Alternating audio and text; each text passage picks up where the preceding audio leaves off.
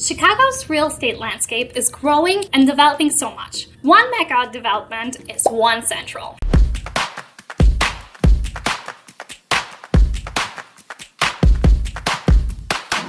Hi there, this is Gabby with Nex-Gen Real Estate and Property Management, serving all of Chicagoland in their real estate needs. And if you enjoy content like this, please let me know by subscribing and hitting that like button. As always, you could find a link below to schedule a free consultation with me. Today, I will discuss one of the most crucial and also controversial real estate developments within Chicago, which is the landmark development's One Central. So, what is One Central? Between McCormick Place Convention Center and the museum campus on the near south side, Landmark Development's One Central is a 32-acre mixed-use project. On top of the metro tracks immediately west of Soldier Field, this will include residential and retail spaces, parkland, and a transit hub. It promises to be a catalyst for transit investment and benefits South Side residents and the entire region. Immediate job creation within close proximity to under- and unemployed residents on the South Side, and a comprehensive program to encourage economic growth opportunities. So let's talk a little bit about the history of this development. Landmark has been a master developer of iconic urban destinations for over 25 years,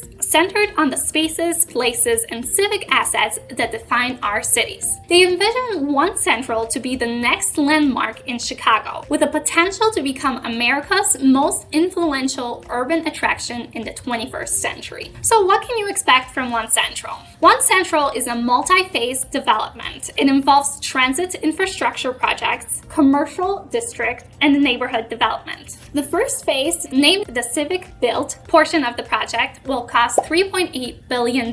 It includes the following: a multi-transit hub. Landmark Development seeks support by promoting the project's $3.8 billion transit hubs for reaching benefits. The planned mass transportation component proposes to connect the museum campus to the uncanny right-of-the-way between Millennium Park and McCormick Place by bringing together various rail lines and a new busway. According to a transportation feasibility study by engineering consulting from WSP, the hub has the potential to dramatically boost mobility and transit access throughout the Chicagoland region. The Experiential District is one of the 4 districts planned for the first phase, and it will be accompanied by a neighborhood district to the north. The North Neighborhood District will be joined by the Experimental District. The 275,000 square foot zone is anchored by a grocery store and a public market, with the rest of the spaces dedicated to restaurants and retail. A lifestyle district would be built next to the transit hub with an experimental design. Here, the district's retail outlets would be there to primarily show off a brand's catalog and new items to adapt to evolving consumer patterns. The Entertainment District, which is a 435,000 square foot area that will offer new live entertainment venues,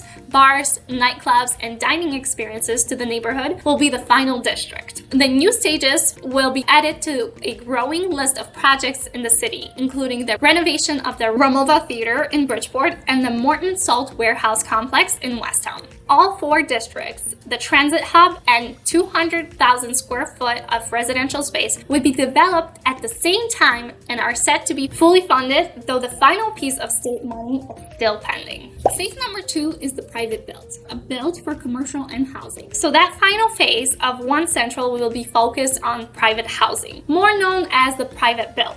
This will include 9,050 new homes and 12.5 million square feet of office, hotel, retail, and other commercial spaces. But amid these promising features of One Central, it's still a highly contested real estate development in the city of Chicago. There are many issues associated with One Central development. Primarily, there is an intense government opposition, with Chicago mayor being a skeptic of the project as a transit hub since 2019. Then, transport organizations themselves do not endorse the project, and of course, the Chicago Bears moving out of Soldier Field for Arlington Heights raises doubts about the project because of their partnership with One Central. So let's go back. Some of the government leaders opposed and blocked financing. The $20 billion plan has drawn a lot of attention, particularly because it relies on $6.5 billion in state funding for the transit hub. Some lawmakers claim that the phase allowing for the financing slipped into last year's state budget, and one of them wants to put a stop to it. State Representative Cam Buckner, a Democrat from Chicago, said that the issue wasn't on the proposal but on the priorities and process. The issues lay on the nature of Illinois' state budget and the other priorities Chicago must juggle due to COVID-19. And now with the Transportation Advocacy Organization, they do not endorse the transit hub. The Active Transportation Alliance and the Metropolitan Planning Council are among the transportation advocacy groups that oppose One Central. ATA spokesperson Kyle Whitehead said that the proposed One Central skyscraper and transit hub on Chicago's south side is poorly conceived and would not boost transit across for the city's highest need people. Because Soldier Field lacks retail outlets, One Central has partnered with Chicago Bears to allow them to operate multi-eateries as well as memorabilia and gift shops for fans and visitors. But then the Bears announced their plan to purchase and redevelop the International Race Course in Arlington Heights into their exclusive stadium. So this caused doubts in the strength of One Central's retail development. Many Chicagoans are concerned about One Central project because there was not enough community engagement. One Chicagoan voiced fears that One Central will continue to segregate lakefront access. Another attendee said that the location of the project is not right for the urgently needed massive new housing construction and expanded integrated transit on the south side. Others clamored for the Chicago city government to focus on improving the accessibility of the existing museum campus and other commuter and freight transportation infrastructure. So let's talk about how One Central could boost Chicago's economy and transportation system. Amid the controversy, One Central aims to be a game-changing investment. The project is anchored by a $3.8 billion private sector infrastructure investments that aim to improve transit access for residents of the South Loop, South Side, and Soldier Field. And it will also bring together key interests that are critical to Chicago's current and future role as the downtown of the Midwest. Landmark said it would create an economic opportunity program called the South Side Works as part of the Phase 3 agreement to increase job and housing availability for the Southsiders. Landmark plans to create workforce housing on undeveloped land along South Side transportation lines